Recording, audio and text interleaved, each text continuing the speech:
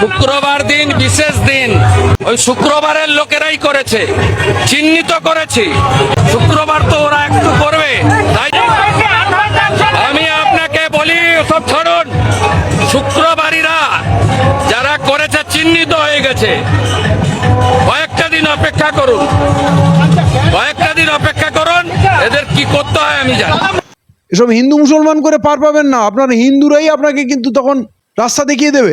আপনি যেভাবে মানে হিন্দু মুসলমান করছেন এবং মুসলমানকে টার্গেট করবেন ভাবছেন, দেখা গেলো আপনি এইখানে অম্বিতম্বি করছেন, ওইখানে আপনার নৌকা ডুবে গেল, সেন্ট্রালে ডুবে গেল, উল্টে গেল।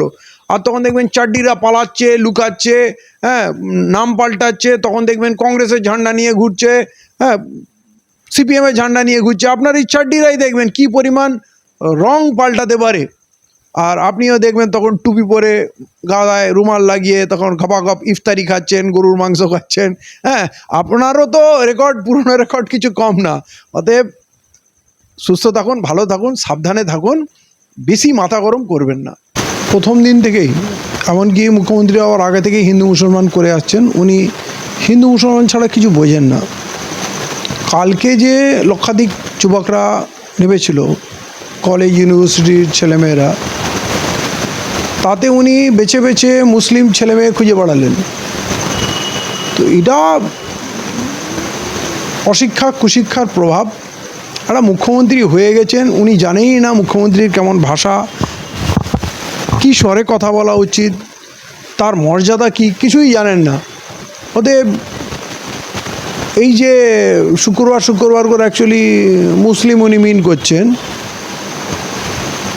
কথা হলো, আজকের দিনে উনি এটাও বুঝছেন না যে বিজেপি খুব বিপদে আছে। যে বিজেপির জোরে, ডাবল ইঞ্জিনের সরকারের জোরে যিনি উনি চিৎকার করছেন, আস্ফালন করছেন, সে মোদি, যাকে উনি বাপ বলেন, সে কিন্তু ভয় পেয়ে গেছে। তার রাত্রে ঘুম নেই, রাত 12টা 1টা সময় বসে বসে ফেসবুক লাইভ করছে। এবং আজকে তো বিজেপি সরকারের প্রথম ইস্তফা হয়ে গেল, এরপর লাইন দিয়ে দেখেন কত ইস্তফা হয়। অতএব শুভেন্দুবাবুকে এইটুকু পরামর্শ দেব,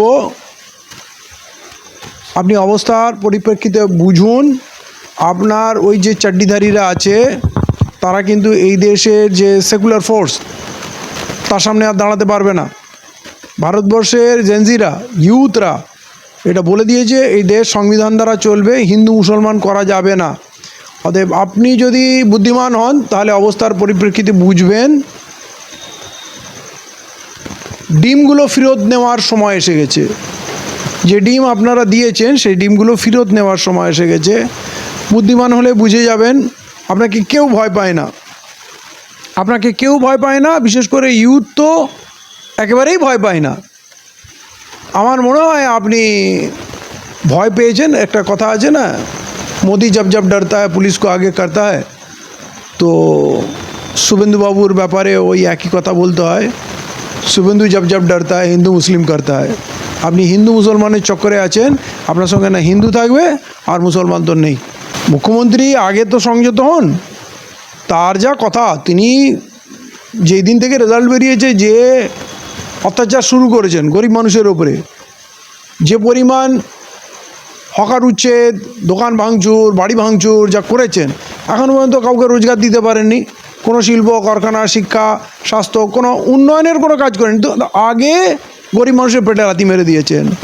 অতএব গরিব মানুষ যখন ঘুরে দাঁড়াবে না, তখন বড় বড় রাজা বাদশাহ পালিয়ে যেতে বাধ্য হয়। তো আপনার এই যে আচরণ, আপনি সংযত হয়ে যান, এটা আপনার জন্য ভালো হবে। আর ভারতে বিজেপির সূর্য অস্ত চলে গেছে। আজকে মোদিজি হার মেনে নিয়েছেন, মোদিজি ভয় পেয়েছেন এবং বিজেপির শীর্ষ নেতারা বিদ্রোহ করছে। যশবন্ত সিনহার, প্রাক্তন অর্থমন্ত্রীর কথা আপনি শুনুন, মন্ডি মনোহর যোশীর কথা শুনুন, তিনি কিন্তু এই সমাজের যুবকদের সঙ্গে, জেনজির সঙ্গে আছেন। অতএব আপনি জেনজির সঙ্গে থাকবেন নাকি আরএসএসের ভরসায় থাকবেন? আপনার আরএসএসের লোকদের কোনো দম নেই, তারা দুদিন আগে পর্যন্ত বলেছে রাস্তায় নেমে দেখুন ককরোচরা, আমরা এই করব সেই করব, কিন্তু দেখা গেলো আপনার চাড্ডিদের কাউকে খুঁজেই পাওয়া যায়নি। আর আপনি বলছেন ওরা 7,000 লোক নিয়ে নেমেছে, আমি 14,000 লোক নিয়ে নামবো। আপনি 14,000 লোক নিয়ে নামুন কি 40,000 লোক নিয়ে নামুন, আমাদের কোনো মাথা ব্যথা নেই। আপনি বলুন 60 আর 7-এর পার্থক্য বোঝেন না? ওর লক্ষাধিক মানুষ ছিল, যুবক ছিল, আর সেটা আপনি 7,000। তো কোন স্কুলে পড়েছেন আপনি 7,000 বলছেন? ওইটা এতে তো হাস্যকর হয়ে যাচ্ছেন আপনি। আর আপনি কি বলছেন তিরঙ্গা নিয়ে নামবেন তো বটে, আপনার জাতীয়তাবাদী কী এজেন্ডা আছে? ধর্মেন্দ্র প্রধান তো ইস্তফা দিয়ে দিল, এবারে কি আপনি মোদি, অমিত শাহ, গডকারির ইস্তফা চাইবেন? নাকি বলবেন যে না আরও পেপার লিক করতে হবে তার দাবি চাইবে? নাকি ওই ধর্মেন্দ্র প্রধানকে ফিরিয়ে আনার জন্য আপনি আন্দোলনে নামবেন? আপনি আপনার আন্দোলনের এজেন্ডাটাই এখনও ঘোষণা করেননি। তো আপনি আগে নিজের এজেন্ডা ঠিক করুন, তারপরে পশ্চিমবাংলার মানুষকে আপনি রাস্তা দেখাবেন। গুন্ডা কাদের বলে? গুন্ডা যারা মারপিট করে, যারা ভয় দেখায়, যাদের দেখে ভয় লাগে। তো এই যুবকদের দেখে মুখ্যমন্ত্রীর ভয় লাগছে, তাই তাদেরকে গুন্ডা বলে আখ্যায়িত করছেন। কাল যখন তৃণমূলে ছিলেন এই ছেলেগুলোই নামতো, বামফ্রন্টের র্যালিতে এই ছেলেগুলোই নামতো। তারা তো বিদেশ থেকে আসতো না, বিহার থেকেও আসতো না। আজ হঠাৎ তারা তাদের শিক্ষার অধিকার নিয়ে নিট লিকেজের প্রতিবাদে কেন্দ্রীয় শিক্ষামন্ত্রী ধর্মেন্দ্র প্রধানের ইস্তফা চাচ্ছে। তো আপনার কষ্ট হচ্ছে কেন? এখনও তো আপনার ইস্তফা চাওয়া হয়নি, আপনারও ইস্তফা চাওয়া হবে, সময় আসতে দিন। আপনি তো সবে বসেছেন, এখন অকাজ কুকাজ করে আজে বাজে কথা বলে সময় নষ্ট করছেন। নিজের কাজে মন দেন, কিছু করে দেখান। এসব হিন্দু মুসলমান করে পার পাবেন না, আপনার হিন্দুরাই আপনাকে কিন্তু তখন রাস্তা দেখিয়ে দেবে। অতএব বুদ্ধিমান লোক সময়ের ব্যবহার করে, সদ্ব্যবহার করে। আপনি যদি বুদ্ধিমান হন তাহলে কাজের সুযোগ পেয়েছেন, কাজ করবেন। আমি বুঝি না ওনার কি মাথায় গণ্ডগোল আছে। উনি প্রথমেই কতগুলো সংগঠনের নাম উল্লেখ করেছেন বিধানসভায়, তার মধ্যে এসএফআই আছে, আইসা আছে, ডিএসও আছে, আরও অনেক। তাতে একটাও মুসলিম সংগঠনের নাম কিন্তু উচ্চারণ করেননি, অথচ তাদের নেতৃত্ব দিচ্ছে 5 জন মুসলিম। এদিকে বলছেন 70 জনকে চিহ্নিত করেছেন, 5 জনের নাম বলেছেন মুসলমান, তাহলে বাকি 65 জন কি হিন্দু? তাদের নাম আপনি উল্লেখ করলেন না কেন? এই যে মাথায় হিন্দু মুসলমান করছে, আপনি ওদেরকে 1 বছর রাখুন, 2 বছর রাখুন, কিছু যায় আসে না। আপনি ওদেরকে 1 বছর 2 বছর রাখেন, কিছু যায় আসে না। উকিল লড়বে, কেস লড়বে। আপনি তো বারুইপুরের, সূর্যপুরের ঘটনা, প্রচুর মুসলমানকে মিথ্যা কেসে জেলে পুরে রেখেছেন। আপনি কি বেঁচে যাবেন? ওরা কাল বেরিয়ে আসবে, আইনের মাধ্যমে বেরিয়ে আসবে। কিন্তু আপনাকে বাংলার মানুষ যখন আপনাকে বিদায় জানাবে, আপনাকে কে রক্ষা করবে? এই দেশে তো অনেক বড় বড় শক্তিকে পরাস্ত করেছে। তা আপনি এরম কেন ভাবছেন যে বিজেপি চিরজীবন থাকবে আর আপনি চিরজীবন বেঁচে থাকবেন? এই 5 জন মুসলমানকে আপনি ধরলাম, তো এতে কি মনে হয় মুসলমানরা ভয় পেয়ে যাবে? আপনি তাহলে আপনার জেল বড় করুন, আরও জেল তৈরি করুন। মুসলমানদের ইতিহাস আপনার জানা নেই। আমরা বারবার ছেলেদের পদে নামতে বারণ করছি, কারণ নতুন গভর্নমেন্ট এসছে, তাকে মানুষ একটু বুঝুক। বিশেষ করে এখানকার অমুসলিম সম্প্রদায় আপনাকে বুঝুক। আমাদের এখন আন্দোলন করার সময় আসেনি। এই মুখ্যমন্ত্রী একটু হাঁপিয়ে যাক, হাবুডুবু খাক, বাজেটে তালমেল করাতে পারবে না, প্রতিশ্রুতি বজায় রাখতে পারবে না, যখন হিমশিম খাবে ধীরে সুস্থে নামা যাবে। তো তাড়াতাড়ি কি? আমরা তো মুসলিম ছেলেদের মেয়েদের সবাইকে বকাঝকা করছি, তোমরা পথে নামবে না। কিন্তু তারপরেও যদি আপনার মনে হয় 5 জনকে জেলে পুরে, স্বাধীনতা সংগ্রামে লাখ লাখ যুবক শহীদ হয়েছে, মুসলিম যুবক। সেলুলয়েড জেলে চলে যান, মাল্টা জেলে চলে যান,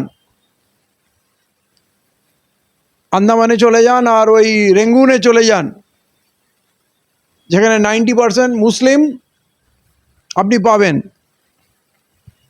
তারপরেও কি মুসলমানরা দমেছে? পুরো বিশ্বের আপনি কিছু না, বিশ্বের বড় বড় super power Russia, America, France, Italy, German, সবাইরই স্বপ্ন পৃথিবী থেকে মুসলমান মিটিয়ে দেবো, পৃথিবী থেকে ইসলাম মুছে দেবো, এরকম শখ সকলেরই ছিল। কিন্তু এখন ওই পুতিন, রাশিয়ার সর্বশক্তিমান পুতিন মসজিদে যায়, জুতো খোলে এবং সেখানে মসজিদের উদ্বোধন করে, সেখানে ইসলামোফোবিয়া আইন করেছে। আমেরিকায় নতুন নতুন মসজিদ হচ্ছে, মুসল্লি বাড়ছে, জাপানে মসজিদ হচ্ছে। পুরো পৃথিবীর ফাস্টিং গ্রোয়িং রিলিজিয়ন ইজ ইসলাম। আমি বলবো এইভাবে মুসলমানদের কখনোই আপনি দমিয়ে রাখবেন, আপনি যে হচ্ছে মুসলমানরা ভয় পাবে, এইটা হবে না। কুণাল ঘোষকে কি গুন্ডা দমন আইনে 1 বছর ভিতরে রাখবে কি? নাকি জাত ভাই বলে তখন ওই আইনটা প্রয়োগ হবে না? মানে আপনিই প্রমাণ করছেন গুন্ডা দমন আইনটা আপনি মুসলমানদের জন্য এনেছেন। তো এত কিছু করেও আপনি কদিন ক্ষমতায় থাকেন সেটাই আমাদের দেখার বিষয়। দিল্লি পড়লে তো আপনি থাকবেন না। আর এমনিতেও আপনি গতকাল যে যুবকরা নেমেছে তাতেই আপনি বুঝতে পেরে গেছেন যে মানুষের আপনার বিরুদ্ধে ক্ষোভ কী পরিমাণ আছে। আপনি লাখ চেষ্টা করলেও ওর 10% লোকও জোগাড় করতে পারবেন না। আপনার শাসক দল থাকা সত্ত্বেও আপনি পারবেন না। অতএব মমতা বন্দ্যোপাধ্যায় দিল্লি যাচ্ছেন, এখানে প্রতিবাদ করছেন, সবই এটা আপনাদের পরিবারের ব্যাপার। মমতা বন্দ্যোপাধ্যায় আপনাদের পরিবারের ব্যাপার। ক্যামেরার সামনে আপনারা যতই উচ্চবাচ্চা করুন, ডায়লগ করুন, এখনও মমতা বন্দ্যোপাধ্যায়কে আপনারা গ্রেপ্তার করতে পারেননি। আর অভিষেকেরও বাড়িতে বুলডোজার লাগেনি। পুরো রাজ্যে আপনারা তোলাবাজ খুঁজে বেড়াচ্ছেন, তোলাবাজদের যে সর্দার ছিল তাকে ছুঁচ্ছেন না। তা আমাদের কি বুঝতে অসুবিধা আছে আপনাদের এই তলে তলে যে সেটিং? হ্যাঁ, এই করে মানে মুসলমানদের পিছনে যারা যারা আজ পর্যন্ত লেগেছে তারা কেউই খুব ভালো অবস্থায় নেই। এখন তো আমেরিকাকে দেখতে পাচ্ছেন, তো ইসরায়েলকে দেখতে পাচ্ছেন, তো হ্যাঁ, কেউ ভালো নেই। মুসলমানরা পৃথিবীর জন্মেছে মরার জন্য এবং তারা বিশ্বাস করে তাদের ভাগ্য লেখা আছে কবে কোন সময় মরবে। অতএব তারা মৃত্যুর উপরে, মৃত্যুকেও ভয় পায় না।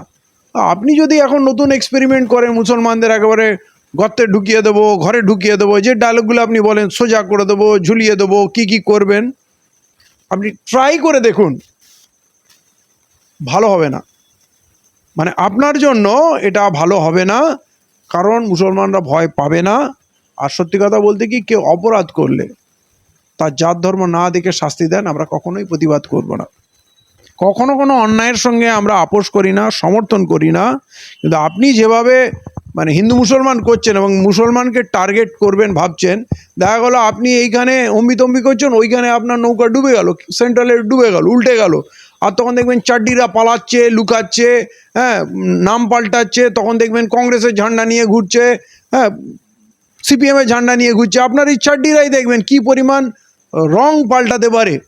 আর আপনিও দেখবেন তখন টুপি পরে, গায়ে রুমাল লাগিয়ে তখন খপাখপ ইফতারি খাচ্ছেন, গরুর মাংস খাচ্ছেন। হ্যাঁ, আপনারও তো রেকর্ড, পুরনো রেকর্ড কিছু কম না।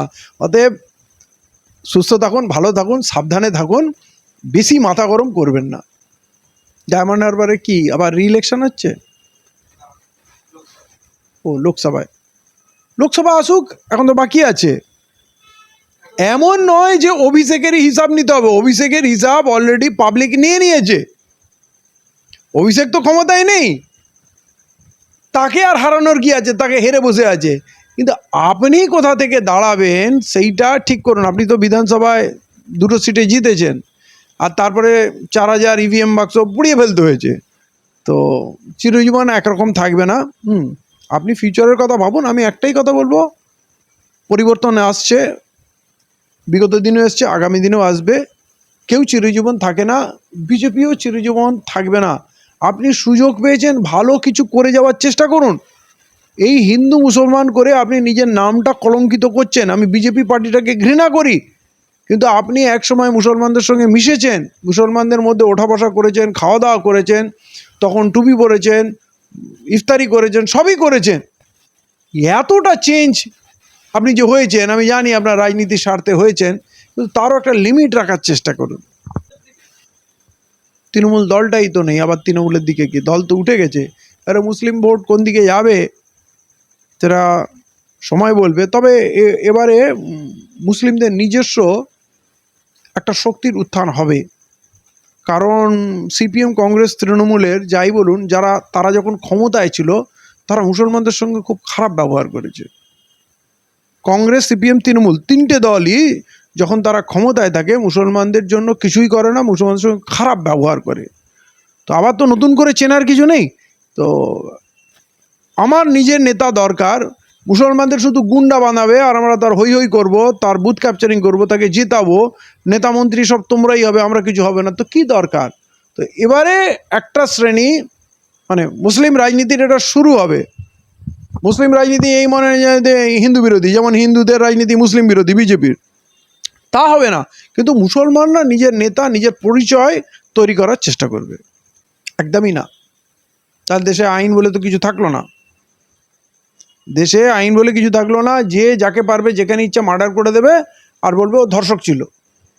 তা তো তথ্য প্রমাণ, আদালত কিছু প্রমাণ নেই, বুলডোজারগুলো গিয়ে ওই আদালতগুলোকে ভেঙে দেন, বলে এরপর এইবারে এরকমই রাজত্ব থাকবে, যে যাকে যেখানে পারবে মেরে নেবে, করে নেবে। সংবিধান বিরোধী কথা। এবং একদিন মনে রাখবেন, যে যে গাছ লাগায় সেই গাছের ফল খায়। আপনি যে হিংসার বার্তা দিচ্ছেন, এই হিংসা একদিন আপনার দিকে ফিরে যাবে। আজ যে মার খাবে তার সন্তান বড় হয়ে তার বদলা নেবে। এটা যেটা করছেন, এটাকে আপনারা ভারতবর্ষকে ধ্বংসের দিকে নিয়ে যাচ্ছেন। আমি এটাকে বেশি গুরুত্ব দিতে চাই না। ওটা এক্সপায়ারি ডেটের প্রোডাক্ট, শেষ হয়ে গেছে, ওর কোনো ভ্যালু নেই। আর পশ্চিমবাংলায় এখন তসলিমার থেকেও বিষাক্ত প্রোডাক্ট এত বেশি আছে, হাজার হাজার অলিতে গলিতে। এবং মুখ্যমন্ত্রী যে পরিমাণ হিংসা ছড়াচ্ছেন, বিদ্বেষ ছড়াচ্ছেন, তাতে আর তসলিমার কোনো জায়গা নেই এখানে বিশেষ কিছু করার। আগে তৃণমূলের লোকরা বা সিপিএমের লোকরা একসময় আশ্রয় দিয়েছিল যে নিজেরা যেটা বলতে পারি না ওকে দিয়ে বলাবো, কিন্তু যখন তারা এর ফল ভোগ করলো তখন তারা নিজেরাই তাসলিমাকে তাড়িয়ে দিল, বামফ্রন্ট তাড়িয়ে দিল, আর তৃণমূলও বললো আমরা এখানে চাই না ওকে। এবারে ইনি শখ করে নিয়ে এসছেন, ইনি বুঝবেন ওতে কী ফায়দা আছে না আছে। আমরা তাসলিমাকে নিয়ে বিশেষ আগ্রহী নয়। ও একটা ফালতু বাচাল ছেলে, ওর জন্যই দলটা শেষ হয়ে গেল। ও কি কোনো নেতা নাকি?